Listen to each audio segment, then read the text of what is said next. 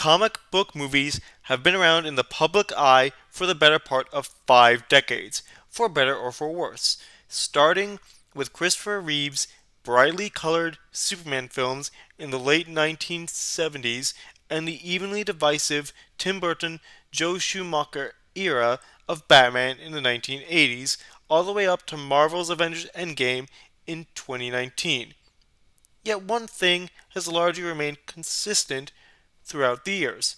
Most comic book movies are the property of either DC Comics or Marvel movies, or were made with their characters depending on the time of which their movies were released. Of course, comic book movies did not start out as huge successful blockbusters like they are commonly known as today. DC and Marvel, the two biggest names in the industry, had humble origins, with DC starting out as a book publishing company in 1934, founded by Malcolm Wheeler Nicholson.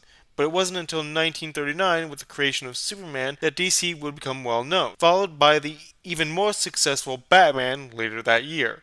Around that same time, Martin Goodman founded Marvel Comics, then known as Timely Publication, and started their own superhero comics, starting with the Human Torch and the Submariner. Thus began the starts of two of the most successful comic book companies of all time. Coincidentally, in September of that year, World War II had begun in Europe. Initially, the United States took an isolationist stance against the troubles of the war happening an ocean away.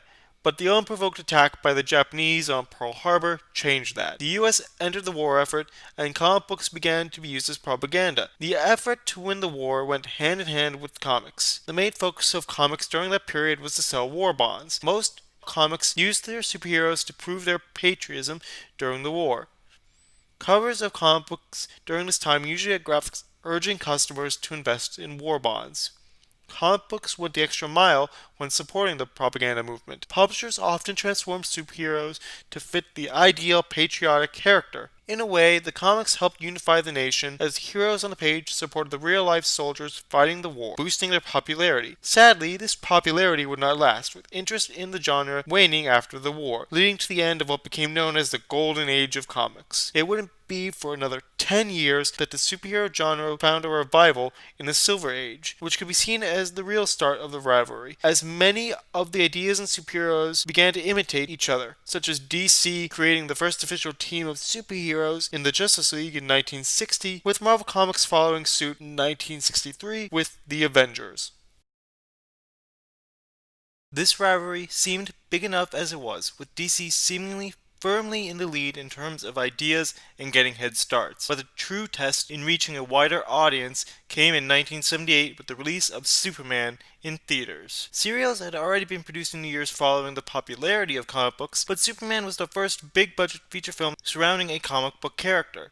Marvel was sadly unable to reach the same levels of fame, as most movies surrounding their characters were made for TV rather than being released in theaters. DC remained firmly ahead in the years following, producing 1989's Batman, followed by its 3 sequels to increasingly failing results, while Marvel struggled to produce quality content during this time to match its rival.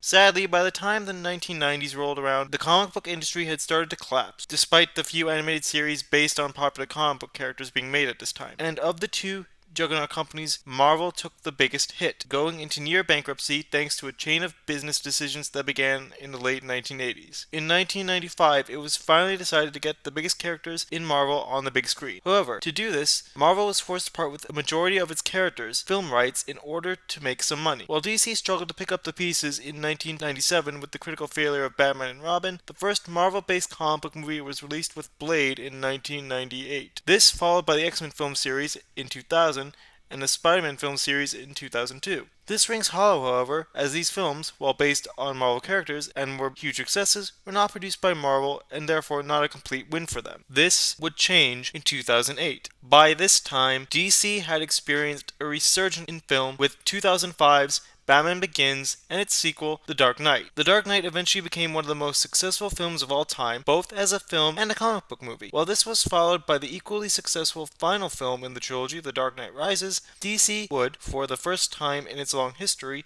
fall behind Marvel, who began the first step in what would become a worldwide phenomenon. With most of their major characters having been sold to other studios, Marvel was left with very little following this sale.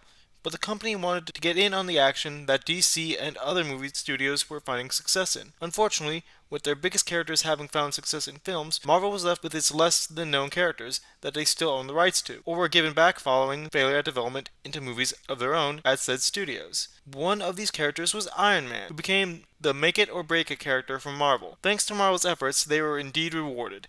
Iron Man became a big success, leading to not only Marvel's resurgence, but paving the way for a cinematic masterpiece. With the success of Iron Man came the announcement that not only would Marvel continue to make movies, but they would also be the first to unite their characters on screen with 2012's Avengers. Sadly, at this point, DC began to be a little cynical. Despite the release and success of The Dark Knight and the development of its then unreleased sequel, they didn't immediately jump on the bandwagon to unite their characters with other properties, thanks to the fact that Nolan's Batman was firmly etched in his own universe, and the fact that DC decided to wait until The Dark Knight Rises release to move forward with a then-in-development Superman reboot. During the intervening years, Marvel was able to release a sequel to Iron Man in 2010, a Hulk movie in 2008, and the duo of Captain America and Thor in 2011, generating interest in Marvel's characters on film over the course of 3 years. With the release of the Avengers in 2012, the bar was set. Marvel had become one of the biggest companies in cinema, with an event once thought impossible. The Avengers paved the way not only for Marvel's future, but a future where a series of films set in the same universe became the norm. DC would have a lot of catching up to do.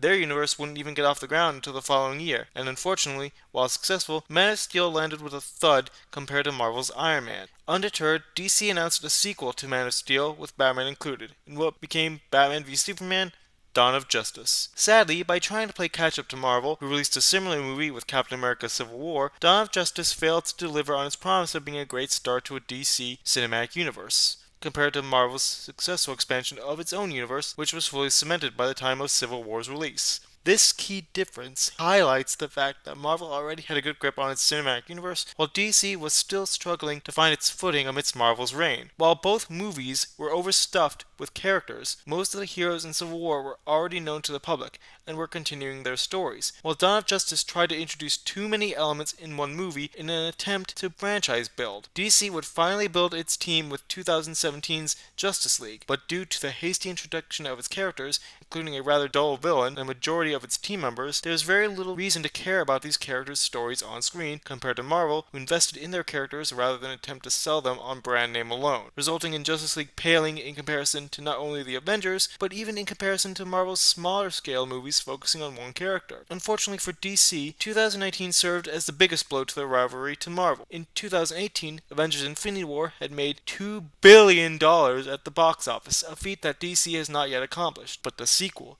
Avengers Endgame, did the impossible by comparison. It not only made more money than Infinity War, it managed to become the highest grossing film of all time, surpassing James Cameron's Avatar after holding the record for 10 years. As a culmination of 23 films, Endgame managed to make the most of its characters and produce a spectacle for the ages. The bar is set, and despite bouncing back from its failings with hits like Aquaman and Shazam, DC has largely been left in the dust by Marvel's success. To make matters worse, because of Marvel's success, other companies aside from DC have attempted to emulate Marvel's success with universes of their own, such as Universal's Dark Universe and Legendary's Monsterverse, each to varying degrees of success. The most notable difference is how they approach building their universe. Bear in mind, while it seems commonplace for characters and ideas to cross over all the time in Marvel's MCU, what made them a success was taking their time and fleshing out their characters. During Phase 1, each of Marvel's films were largely self-contained, each of them with their own themes and elements to explore. It wasn't until the Avengers that they converged into a singular plot built up by the 5 previous films. DC, on the other hand, attempted to shoehorn plot elements into a single film to set up a universe. Taking Dawn of Justice as an example, it attempted to be a sequel to Man of Steel, introduce 2 other major heroes, as well as 2 of Superman's most formidable enemies, and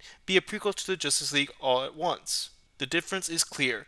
In order to craft a working universe, time must be invested in order to give everything breathing room so that they can grow properly. But let me know, what approach do you find successful? Leave your comments below and don't forget to subscribe for more.